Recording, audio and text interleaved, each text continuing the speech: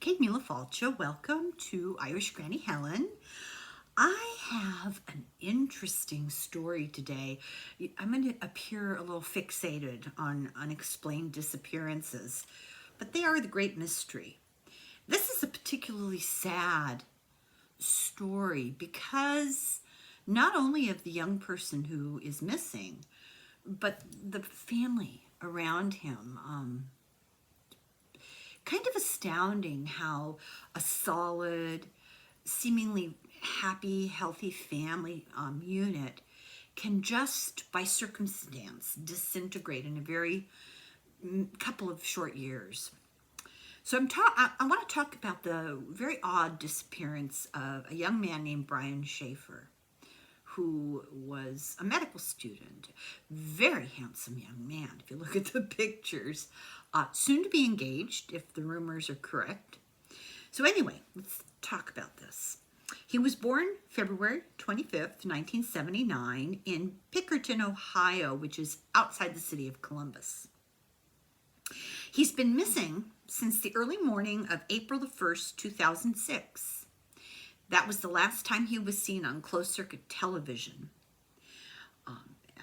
outside a bar in Ohio. So he's the eldest of two sons. He went to Ohio State University, and he graduated after 6 years, so I'm assuming that he must have gotten like a post-bachelor's, like a master's perhaps, in microbiology. And he went to the Ohio State University College of Medicine. He started in late 2004, probably the fall of 2004, and was doing great. In 2006, his mother died. She got some strange disease, and it was she didn't drop dead. It wasn't a sudden death. It wasn't an accident, but it wasn't enormously protracted either. But she deteriorated, and it was very, very hard on him. It even remains a question in people's mind. Is this what triggered his disappearance? We have no answers, so we don't know. He got involved with a fellow medical student, a woman named Alexis Wagoner. They look like the perfect couple. You know how there's this sort of, I don't know what you'd call urban legend, is not quite the right term, that married people end up looking like each other. There's some truth to that. But sometimes you'll see couples and you'll think, oh, they just look like they go together. They actually have similar stature and bone structure, and it's interesting how that happens. She looks like, if you were going to pair him up with somebody who looked like the right person, it would be Alexis. She was in medical school with him. Everybody believed that he was going to propose to her on spring break. Now, he disappeared on April 1st. This was the night before, the day before, was the last day of finals for medical school. They had scheduled, that was a Friday. They went out. He disappeared on Saturday, like early in the morning, 2, 3 o'clock in the morning. Monday morning, he and Alexis were going on a spring break, flying to Miami. So despite the fact that this is another factor, so there's the factor that his mother had died. These are all the speculations, what might have played into his disappearance. There's the speculation that the expectation of him proposing, maybe that was a bit much pressure. There's no reason to feel that way, but people are grasping at straws. Then, despite the fact that he was in medical school and he was doing great, he wasn't having any big academic challenges other than being sad about his mother. He told friends, and this was for a long time, he'd been telling friends that he'd just as soon be in a band like Jimmy Buffett. I can relate to that. I saw Jimmy Buffett in concert, and it was very possibly the best concert I've ever been to. That's all I'll say. And I mean, I like Jimmy Buffett, but I wasn't like a rabid fan of Parrot Head. But yeah, Jimmy Buffett was quite an entertainer. Anyway, March 31st, the day before, they took tests at school. It was the end of the semester. He was really tired. He'd been up all night, studying, as we all often did. And as soon as the tests were over and everything, he went out to dinner with his father to celebrate. They had a steak dinner, and his father later said that Brian was just exhausted from pulling a bunch of all-nighters for school. And his father thought that really Brian should go home after dinner and get some sleep. But his friend, William Clint Florence, so his nickname is Clint, and that's what I'm gonna call him. Clint wanted him to go out partying after dinner, and the dad said, he really didn't think it was a very good idea. You're too tired. But at 9 p.m., Brian met up with Clint and there's bars, the Ugly Tuna Saloon. Terrible. Anyway, this is an interesting situation. Outside of the college, there's just, the strip with all that's what I'm calling it, with all the bars and party places for all the students. So it's, one bar after another. Very typical of a college town.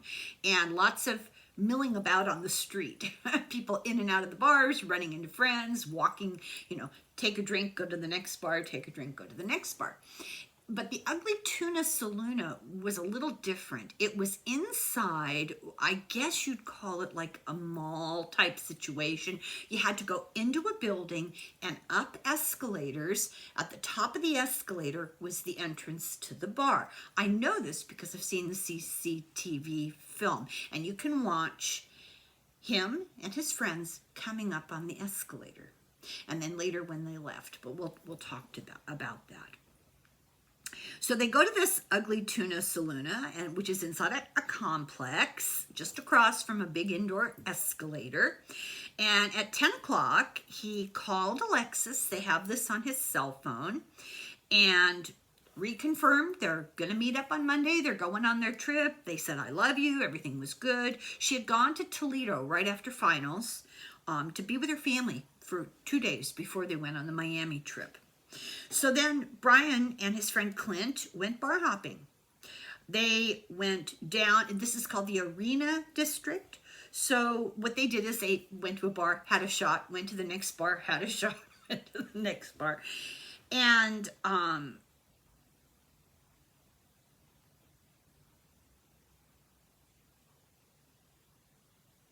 okay, I'm trying to read my handwriting. Sorry. I'm going to have to just skip the sentence because I can't read what I write, but let's see.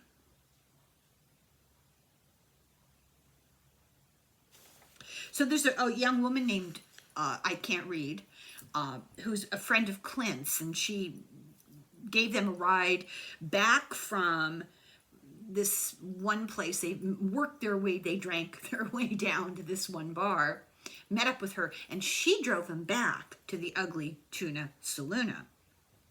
And then the three of them decided, well, let's go in and have a final parting shot. So you get the video of them coming up the escalator, and they go into the bar, and, everything's good.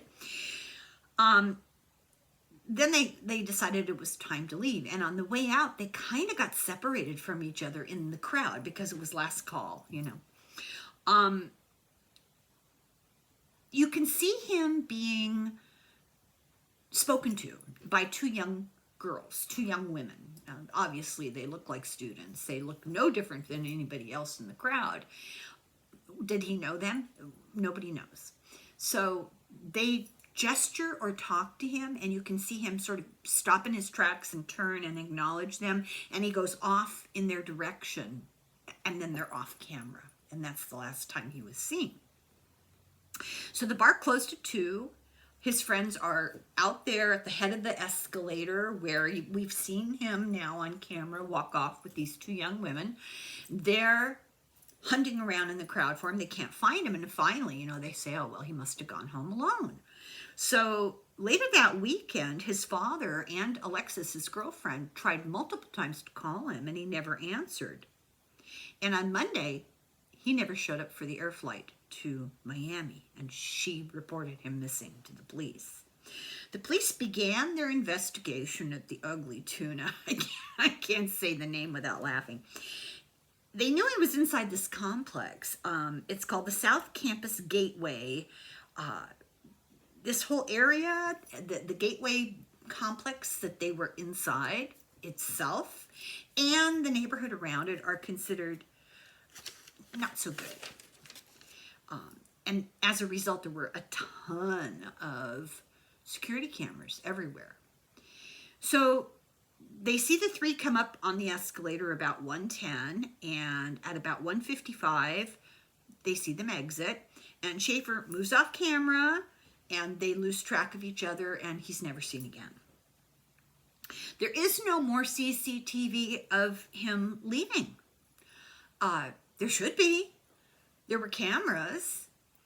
So they thought, well, did he change clothes? Did he go back and into the bathroom or something and change clothes, or put on a hat, or borrow a coat from somebody, hide his face from the camera? So they actually looked at all their film, and they were able to account for every single person. He never came out, successfully left the building that they could tell. He could have left by another route, but there was construction going on in part of this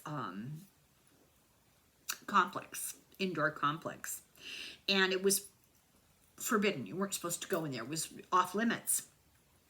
And the construction led to an exterior door. So there's speculation, did he go out that door? But that should have been on camera too. If you had been sober and agile and with some weird intention, you might have been able to duck a camera. But it's unlikely. Somebody who'd been drinking all night. And they said that it's very difficult to navigate the interior of this construction. It'd be dangerous. And he wasn't seen leaving the exit, the exterior exit through that area.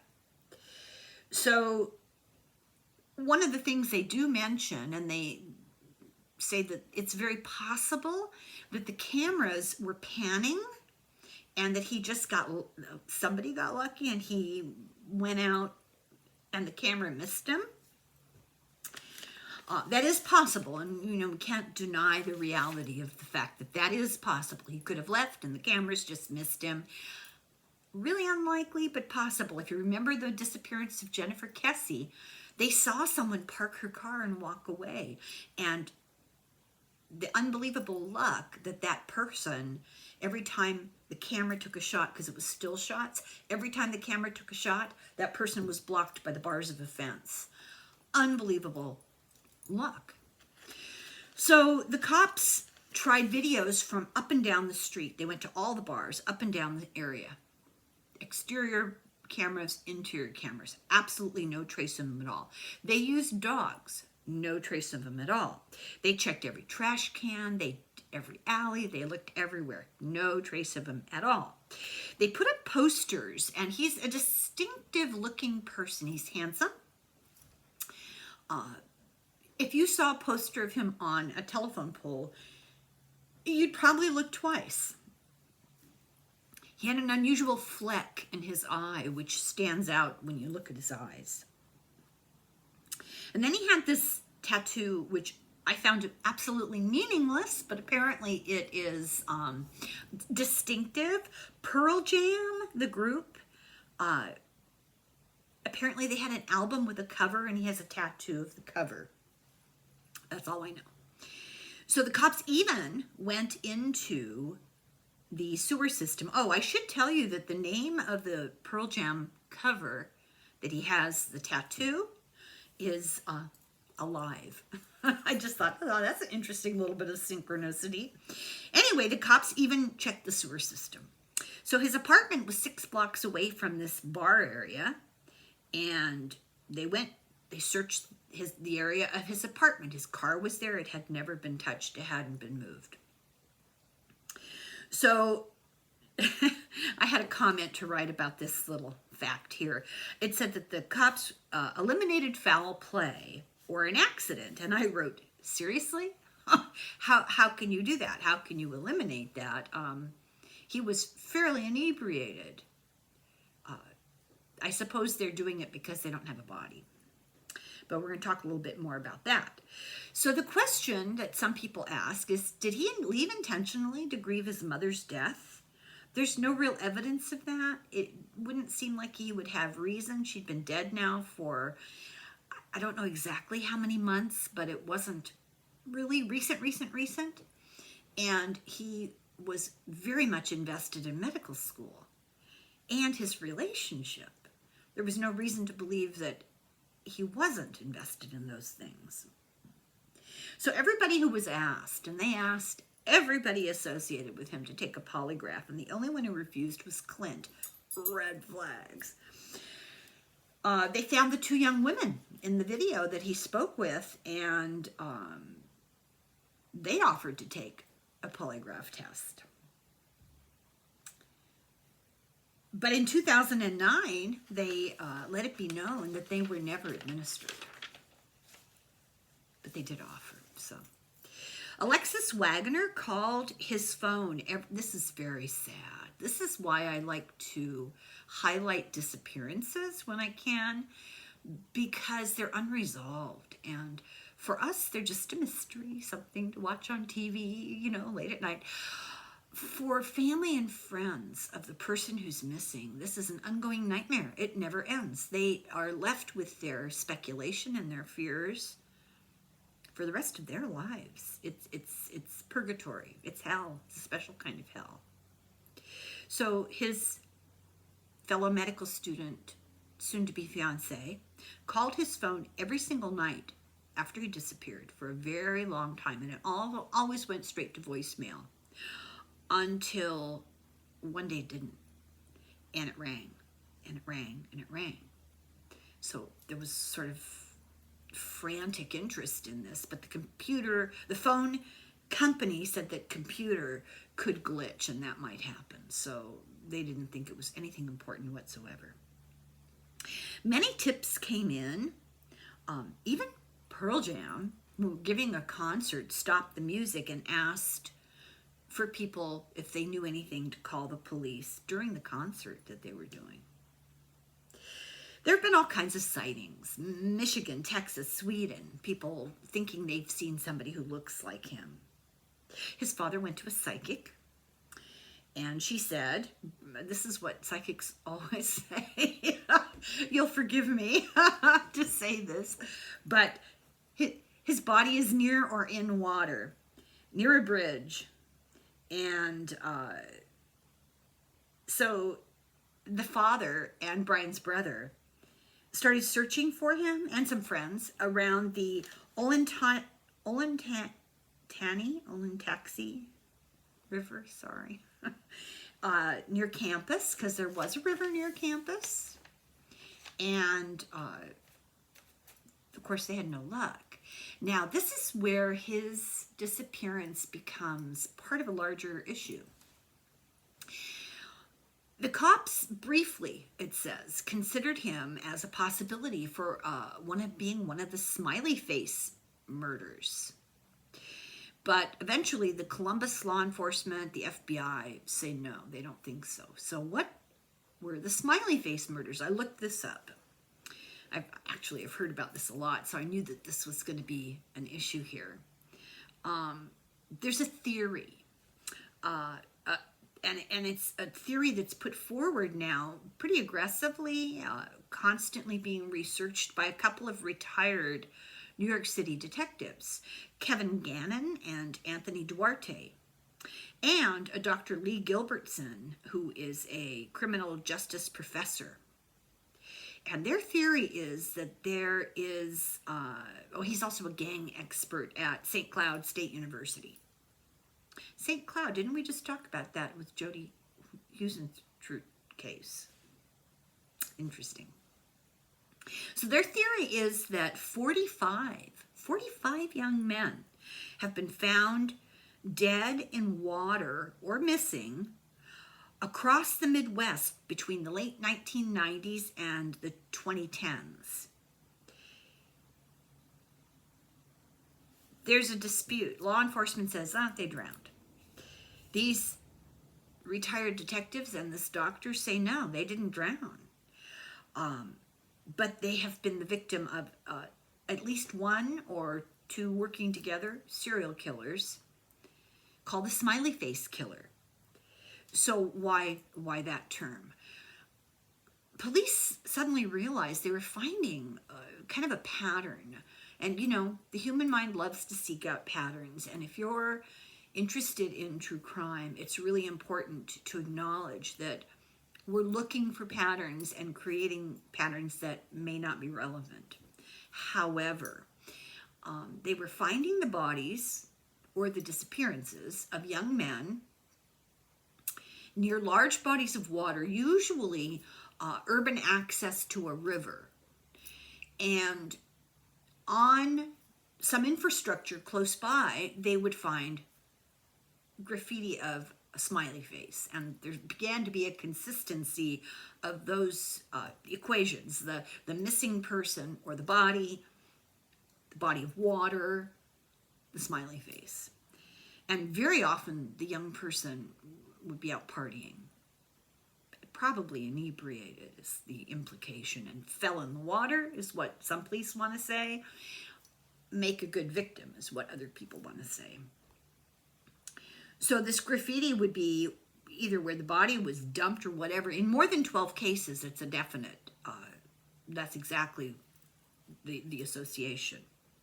Gannon, one of the detectives, wrote a case study called Case Studies in Drowning Forensics, but many people in law enforcement are skeptical. But, that's the nature of unsolved crimes. People have theories and you get married to a pet theory. September of 2008, his father, Randy, this family, you gotta really, your heart has to go out to them. First the mom dies, then Brian disappears, and in September of 2008, his father Randy was killed in a windstorm when a tree branch in his yard fell and hit him. The neighbors found his body the next day. At his funeral, there was an online condolence book, and this really brought forward more interest in the case. Somebody wrote in this condolence book, "To Dad, love Brian," and signed it the U.S. Virgin Islands. It was determined to be a hoax, and all I can say is that person's going to roast in hell. What a terrible thing to do to a grieving family, grieving friends. To do something like that is just monstrous, in my opinion, allegedly. Anyway, his friend, Clint, hired an attorney to tell the police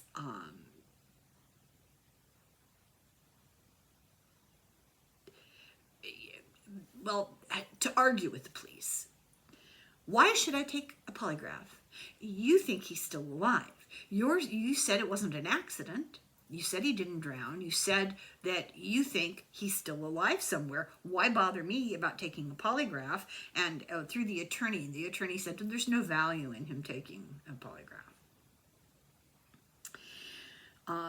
He's been very criticized by friends and family of Brian. Like, what are you afraid of? I'll just leave it at that because I have no idea myself. We'll do a deeper dive into this.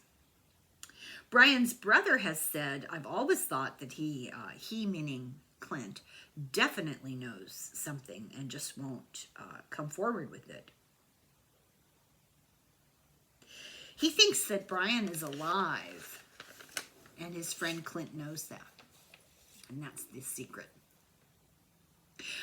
Alexis, the potential fiance, does not believe that Brian would just take off like that. She just cannot believe that he would take off.